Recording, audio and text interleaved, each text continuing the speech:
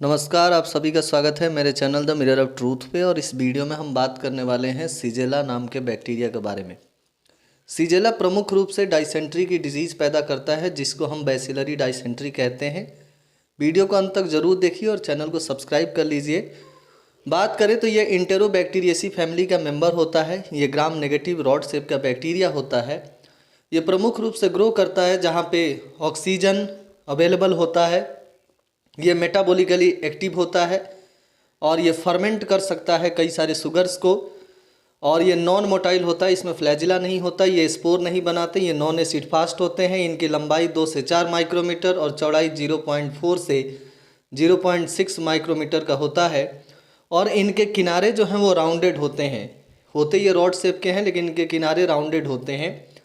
Morphology की बात करें तो एक ग्राम नेगेटिव बैक्टीरिया है, फैकल्टेटिव एनारोबिक है, ऑक्सीजन के एब्सेंस में भी ग्रो कर सकता है। कॉलीफॉर्म बैसिलस है, नॉन मोटाइल होता है, इसमें फ्लैजिला नहीं होता, इसी कारण से एच एंटीजन भी नहीं होता है।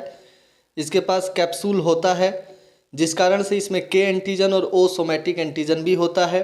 के एंटीजन जो है वो सीरोलॉजिकल टाइपिंग के लिए इम्पॉर्टेंट नहीं होता है, लेकिन ये ओ एंटीजन के डिटर्मिनेशन में इंटरफेयर करता है। ओ एंटीजन जो है वो ABCD कॉरेस्पॉन्डिंग होते हैं, अलग अलग होते हैं।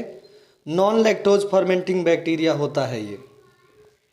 बाइल सॉल्ट रेजिस्टेंट बैक्टीरिया है, और यही जो लक्षण है बाइल सॉल्ट रेजिस्टेंट का, इसके आधार पे इसको सेलेक्टिव मीडिया में ग्रो करते हैं। टेक्सोनोमी की बात करें तो इंटेरोबैक्टीरियेसी फैमिली का ये मेंबर है। सिगेला डाइसेंट्री ये सबसे सीरियस बैक्टीरिया है जो बैसिलरी डाइसेंट्री की बीमारी पैदा करता है। सिगेला फ्लेक्सनरी जो है, इससे सिगेलोसिस की बीमारी होती है। अंडर डेवलप्ड कंट्री में सिगेला सोनेई से भी बीमारियां होती है। डेवलप्ड कंट्री में और सिगेला बॉयडी, ये 4 प्रमुख स्पीसीज हैं जिनके द्वारा बीमारियां होती हैं, और यही वो 4 प्रमुख स्पीसीज हैं।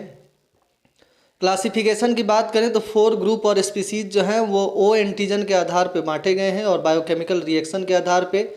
ग्रुप ए में सिगेला डाइसेंट्री होता है, ग्रुप बी में सिगेला फ्लेक्सिनरी है, ग्रुप सी में सिगेला बॉयडी और ग्रुप डी में सिगेला सोनेई है, जिसके एंटीजेनिक वेरिएशन आपको नंबर में बताए गए हैं 1 से 10, 1 से 6, 1 से 15 और 1। ये एंटीजेनिक वेरिएशन है जो ए एंटीजन के ऊपर आधारित होता है। बाकी प्रमुख रूप से ये 4 स्पीसीज हैं जिनमें सिगेला डाइसेंट्री सबसे प्रमुख है। बात करें तो ये एसिम्टोमेटिक से सिम्टोमेटिक इन्फेक्शन बैसिलरी डाइसेंट्री की बीमारी पैदा करते हैं। और बैसिलरी डाइसेंट्री 2 स्टेज डिजीज होती है, जहाँ पे शुरुआती अवस्था में वाटरी डायरिया होता है और फ्रीक्वेंट स्टूल डिस्चार्ज होने लगता है पेशेंट के अंदर, जिसके अंदर ब्लड और म्यूकस भी होता है। चुभन भी महसूस होती है, स्टमक में मरोड़ होता है, बुखार होता है।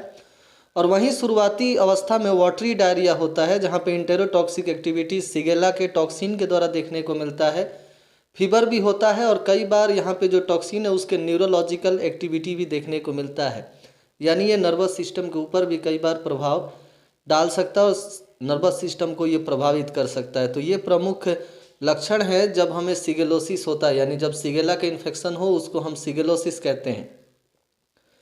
बात करें तो सबसे पहले ये बैक्टीरिया शरीर के अंदर जाता है, फिर ये नॉन इन्वेजिव कॉलोनेशन यानी बिना इन्वेड किए अपनी कॉलोनी बनाता है, अपने सेल को मल्टीप्लाई करता है और फिर प्रोड्यूस करता है एक इंटेरोटॉक्सिन इंटेस्टाइन के अंदर, जिस टॉक्सिन के कारण काफ़ी ज़्यादा नुकसान देखने को मिलता है। और पैथोजेनिक बैक्टीरिया स्मॉल इंटेस्टाइन में ग्रो करके ये टॉक्सिन बनाते हैं।